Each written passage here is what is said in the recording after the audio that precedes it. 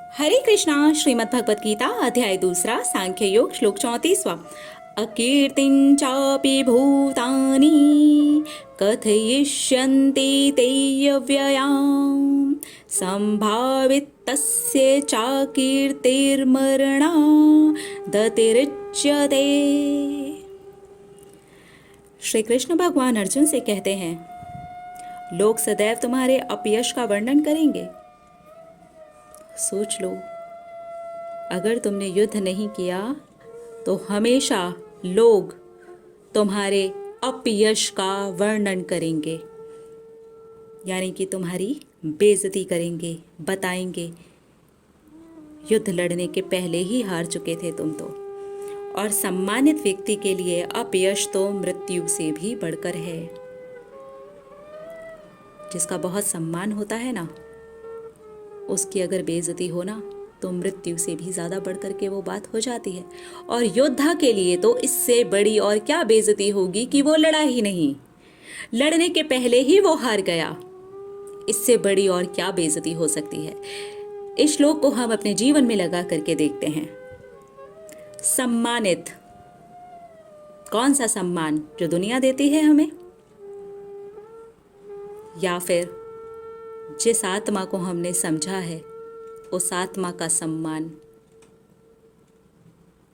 वो जो आत्मा अजर अमर है, पावरफुल है, उस आत्मा का सम्मान, अपने इतने पावरफुल होने का सम्मान, अपने आप का सम्मान, अपनी आत्मा से परमात्मा को पहचानने का सम्मान, उस पद पर ऊंचे उठने का सम्मान, अपने आप को आध्यात्मिक लेवल पर ऊपर जाते हुए देखने का सम्मान। ये है असली सम्मान। जो दुनिया देती है ना, वो तो नष्ट होने वाला है, लेकिन ये जो मिलता है ना, ये बहुत बड़ी बात है। और अगर ये सम्मान हम स्वयं नष्ट करें तो, युद्ध ही ना लड़ें तो, उन इच्छाओं के हावी हो जाने को हो जाने दें, तो हम आध्यात्मिक स्तर पर ऊपर उठ सकेंगे क्या? अपनी आत्मा को पहचान सकेंगे क्या? नहीं पहचान सकेंगे। और ये अपयश लोग स्वयं हमें बताएंगे। ये लोग कौन हैं? कौन से लोग? जो हमारा सम्मान करते हैं वो नहीं। ना ही तो उनका सम्मान यहाँ टिकने वाला है, और ना ही अपयश का अगर वो वर्णन करते हैं तो वो टिकने वाला है। हम मर गए, सब खत्म। वो मर गए, सब खत्म। यश भी खत्म, अपयश भी खत्म, सम्मान भी खत्म। तो जब सम्मान स्वयं में शुरू होता है, अपने अंदर से शुरू होता है, आत्मा को पहचानने के सम्मान से शुरू होता है, तो उसके अपयश का जब वर्णन होता है तो वो भी जन्म जन्मांतर तक चलता है। अगर आज आपका कोई भी अपमान कर रहा है, बेइज्जत कर रहा है, दुख दे रहा है, तकलीफ दे रहा है, आपके दिल में एक टीस उठती है, आप दुखी हो उठते हैं, किसी की कही हुई बात आपको बहुत ज़्यादा बुरी लग जाती है, किसी का किया हुआ कर्म आपको बहुत ज़्यादा बुरा लग जाता है, तो यही हैं वो लोग जो आपके अपयश का वर्णन कर रहे हैं। ये आज से नहीं मिले हैं आपको। आपने स्वयं युद्ध करने से एक बार नहीं, हजारों बार नहीं, करोड़ों बार इनकार किया है, हथियार डाले हैं। इसलिए आज आप अपयश के भोगी हो गए। आज मैं अपयश की भोगी हो गई। आज हम इन्हीं के मुंह से अपने वर्णन को सुन रहे हैं और समझते हैं कि क्यों हो रहा है ऐसा, हमारे ही साथ क्यों हो रहा है ऐसा। हमारे साथ इसलिए हो रहा है क्योंकि हमने युद्ध लड़ा ही नहीं। कई जन्मों से हमने युद्ध लड़ा ही नहीं।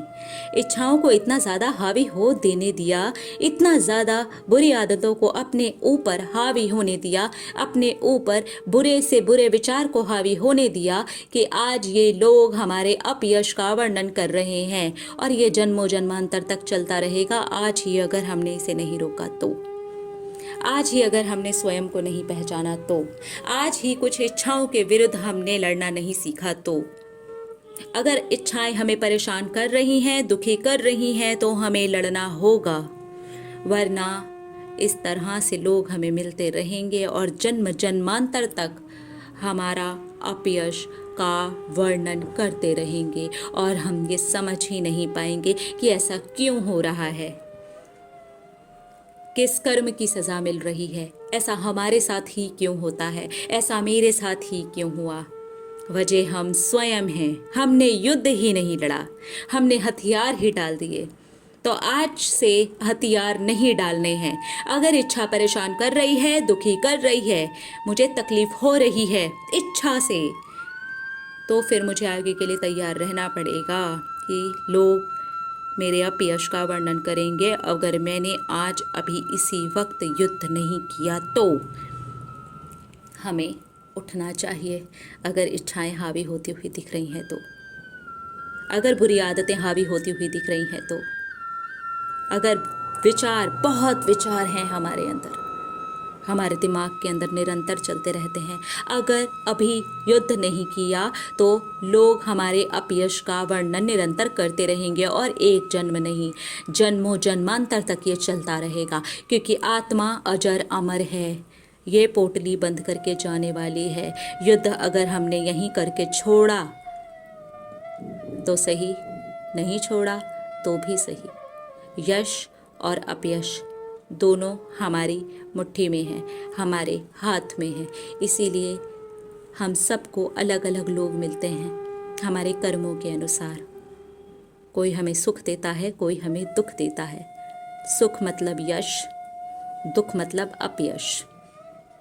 तो हम क्या चाहते हैं, कैसा वर्णन लोग करें, वैसे हमें अभी से कर्म बनाने होंगे और उन कर्मों को बनाने के लिए अपनी ही ऐसी हावी होने वाली इच्छाओं के विरुद्ध हमें युद्ध लड़ना होगा।